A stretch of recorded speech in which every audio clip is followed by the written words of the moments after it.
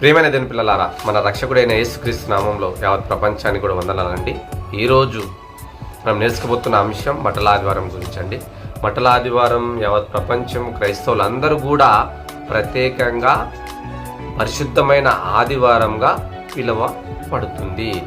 ఎందు గురించి అంటే యెరూషలేమునకు యేసు ప్రభు ఎన్నో మార్లు వెళ్ళినను ఇప్పుడు ఆయన ఒక రాజుగా పిలువబడుతున్నాడు. ఒక రాజుగా యెరూషలేము మందిరానికి ఆయన వెళ్ళినట్లు మనం చూస్తున్నాం. చాలా మంది కూడా ఇది అర్థం అవుతలేదు. యేసుక్రీస్తు రాజుగా వచ్చిండ మొదటిసారి అంటే రాజుగానే వచ్చిండు. ఆయన రాజ్య స్థాపన ఈ భూమిపైన జరిగింది. ఆయన రాజుగా పిలువబడ్డాడు.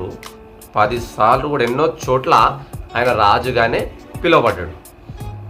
ఆయన పిలువబడ్డా కానీ ప్రజలకు ఇంకా నేటికి క్రైస్తవులకు యేసుప్రభు రాజుగా రాబోతున్న జకరియా 9:9 ముందుగానే ప్రవచనం రీతిగా రాయబడింది. ఇదిగో నీ రాజు సాత్వికుడై దీన మనసు గలవాడై నీ యొద్దకు వచ్చుచున్నాడు, అంటే ప్రజల దగ్గరికి వచ్చుచున్నాడు. దాన్నే ఉద్దేశించి ప్రవచనం రీతిగా ఇక్కడ నెరవేరుతుంది. ఎక్కడ? మత్తయి సువార్తలో. మత్తయి సువార్త 21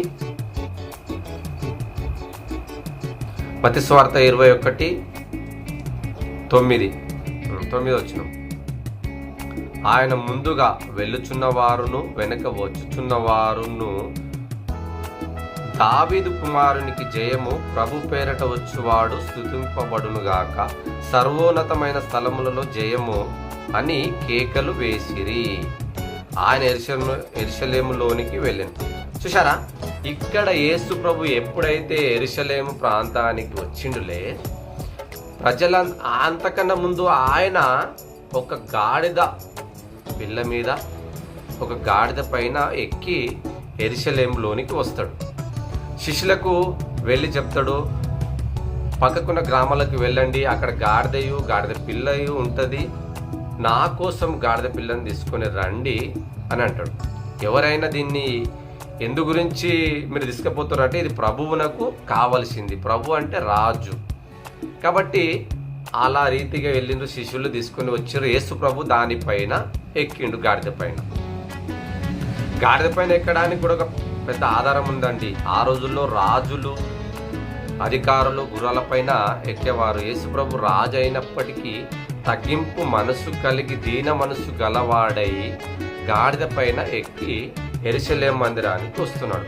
అప్పుడు ప్రజలందరూ కూడా గ్రహించి దావీదు పేరట వచ్చువాడు స్తుతింపబడునుగాక, ప్రభు పేరట వచ్చువాడు స్తుతింపబడునుగాక అని గొప్ప కేకలు వేసి ఖర్జూర బట్టలు పరిచి ఆయన తో పక్కన పరిచిరి.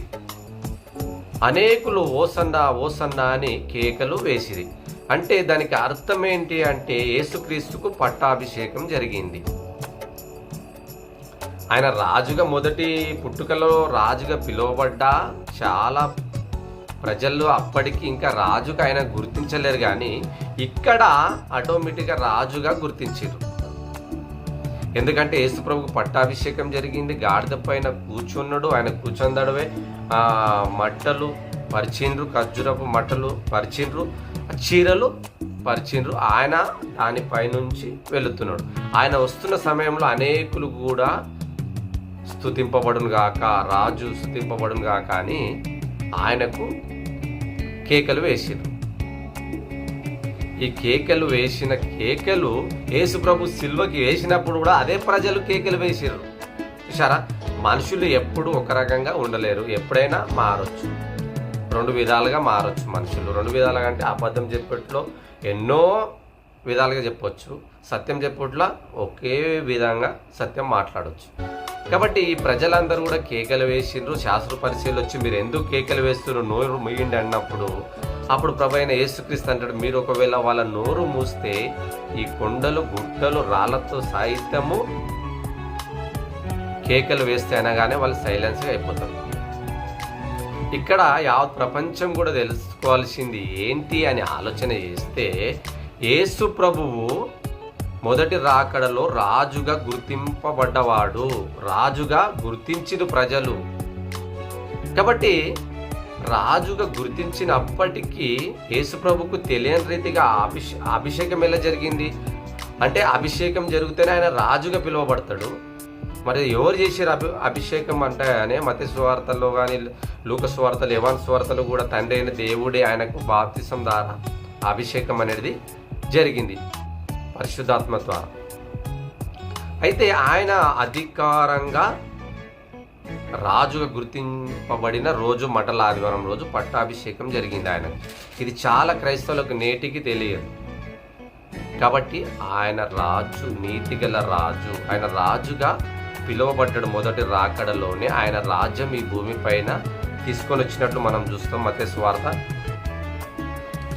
దేవుని రాజ్యం అనగానే మీరు ఏదో అనుకుంటున్నారు. దేవుని రాజ్యం అనగానే పరలోక రాజ్యం ఆయన భూమి మీద ప్రకటించడానికి వచ్చిండు. ఆ రాజ్యంలో ఎలా ఉంటారో ఈ రాజ్యంలో కూడా మీరు అలా బ్రతుకుతేనే ఆ రాజ్యంలోనికి మీరు వెళ్ళగలుగుతారని యేసుక్రీస్తు మొదటి రాకడలోనే చెప్పినట్టు చూస్తున్నాం మనం. లూకా సువార్త 17.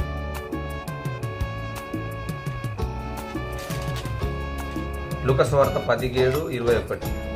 ఎందుకనగా దేవుని రాజ్యము మీ మధ్యనే ఉన్నది, ఇదిగో ఇక్కడనియు అదిగో అక్కడనియు చెప్ప వీలు పడదు.